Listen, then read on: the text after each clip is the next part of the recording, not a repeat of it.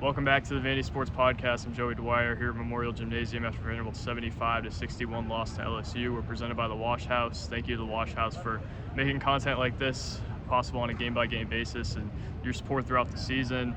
Vanderbilt falls 75-61 to LSU though, and I think the big story today, Jordan Wright's return. There were classy comments from both sides after, but you could tell there was a little extra motivation for Wright today. He came out of the gates guns blazing, 11 points early. I think he had 8 before the first media timeout, before he was subbed out at all. You felt like he might have gone for 30 at that point, but as he mentioned post-game to me, his role kind of transitioned from their spark plug early on, their energy guy early on, to a guy who really had to lock in on the defensive end.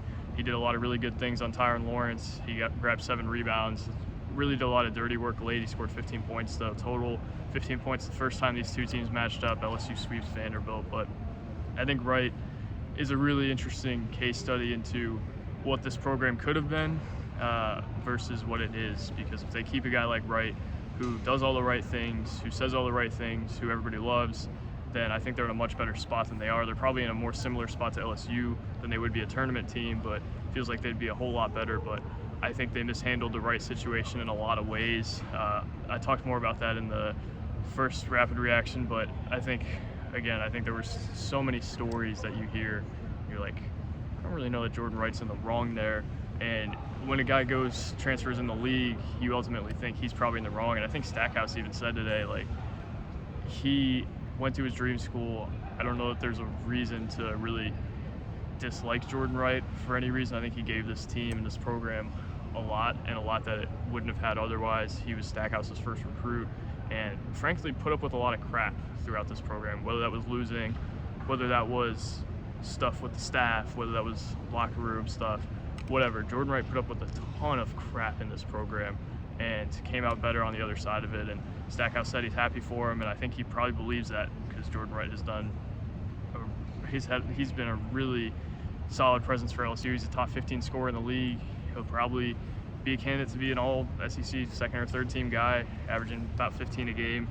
Wright's a guy that Vanderbilt totally could have used, but I think made mistakes down the stretch with. But ultimately, I think it ended up better for Wright. I don't know that it ended up better for Vanderbilt, but again, he was good today. I thought he was a guy who made a difference on the game, especially early when it mattered. Tyron Lawrence is also good today, 21 points, and it feels like he's maybe getting it rolling a little bit. Was inefficient from the free throw line, 5 for 10, but again, I think he's maybe starting to figure it out a little bit more. He's playing much better basketball than he was a few weeks ago, even in the games where he's not scoring it a whole lot. It feels like he's kind of more himself than he has been throughout a lot of the year, but that guy's got to show up more.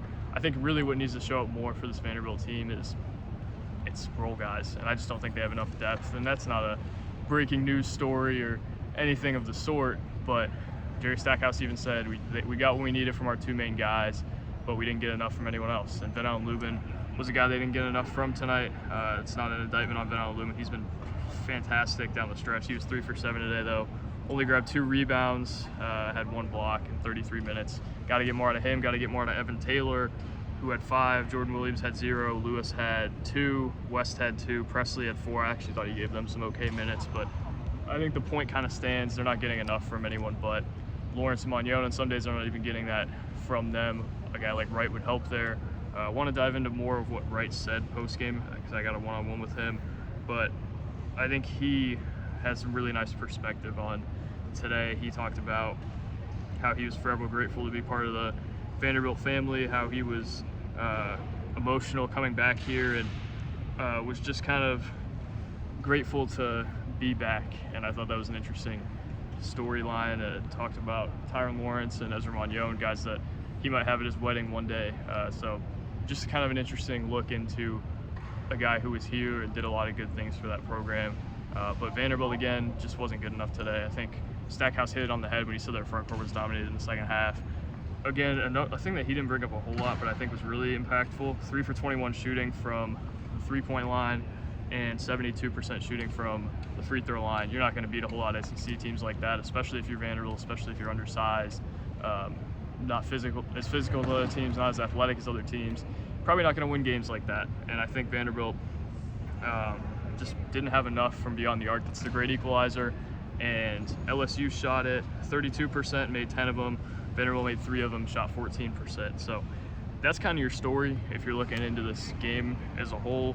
Vanderbilt also shot 36% from the field, and it's really similar in feel to the Georgia game, where Vanderbilt didn't turn it over a whole lot. Today they turned it over 6 times. Georgia, I think they only turned it over 5. And that's a testament to their backcourt and their guys learning how to take care of the ball.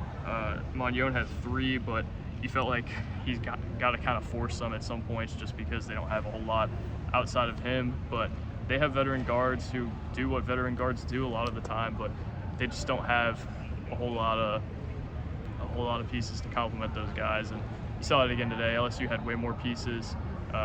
You have Hannibal. Jalen Cook didn't play today. I didn't even mention that. It's LSU's best player.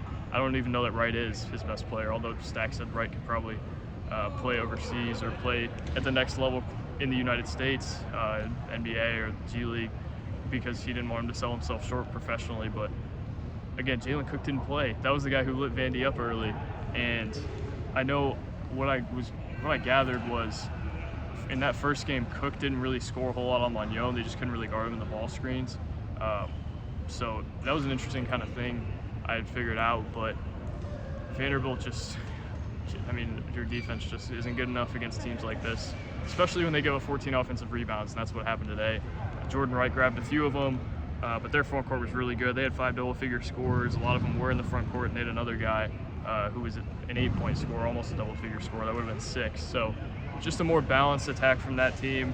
Lawrence had 21, Magnon had 17. No one else scored above 8. That was Lubin. And then beyond him, no one scored above 5. Not going to win that way. And Vanderbilt, I think, is finding a lot of ways to where it's not going to win. But Baker was not great. Ward wasn't great. 4 for 12, 4 for 13. It didn't matter, though. It didn't matter they didn't have Jalen Cook. I felt like Vanderbilt matched up with LSU better than some teams, but their physicality was just too much. And Stack even mentioned, like, they're not even one of the more physical, better offensive rebounding teams in the league, but they were just too much for Vanderbilt today in a lot of aspects. And Tyron Lawrence showed up, Ezra Magnon showed up.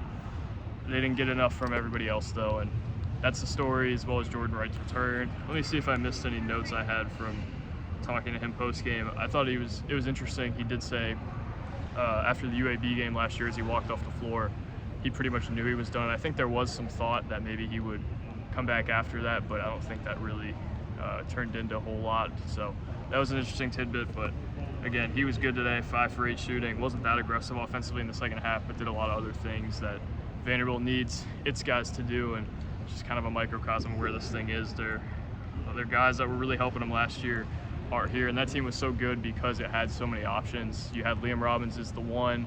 I would say Magnon and Lawrence were probably the 2 and 3 offensively. Wright was probably a little more effective than those guys at some points, but that's 4 guys. 3 of them were there for the whole season down the stretch, making plays for them. And then you look at the rest of their roster. Studi was a huge player for them in non-conference play.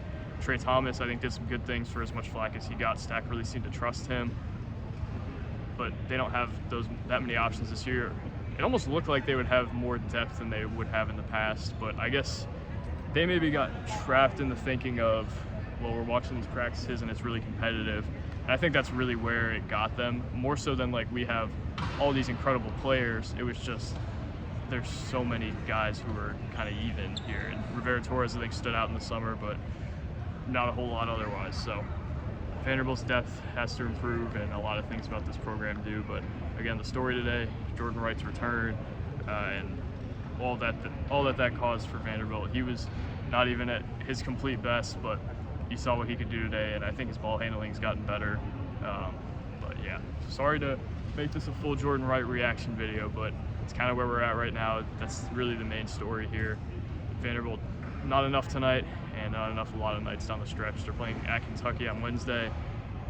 Wouldn't expect that to be much different, but I will be there. I'll be here Saturday, and then SEC tournament. Maybe just 3 more games of this, maybe 4, but not expecting a huge run in the SEC tournament or anything of the sort. We've seen who this team is, and it's shown us time and time again that that's who it is. Thank you guys for watching. God bless, and we'll talk to you Wednesday. Peace.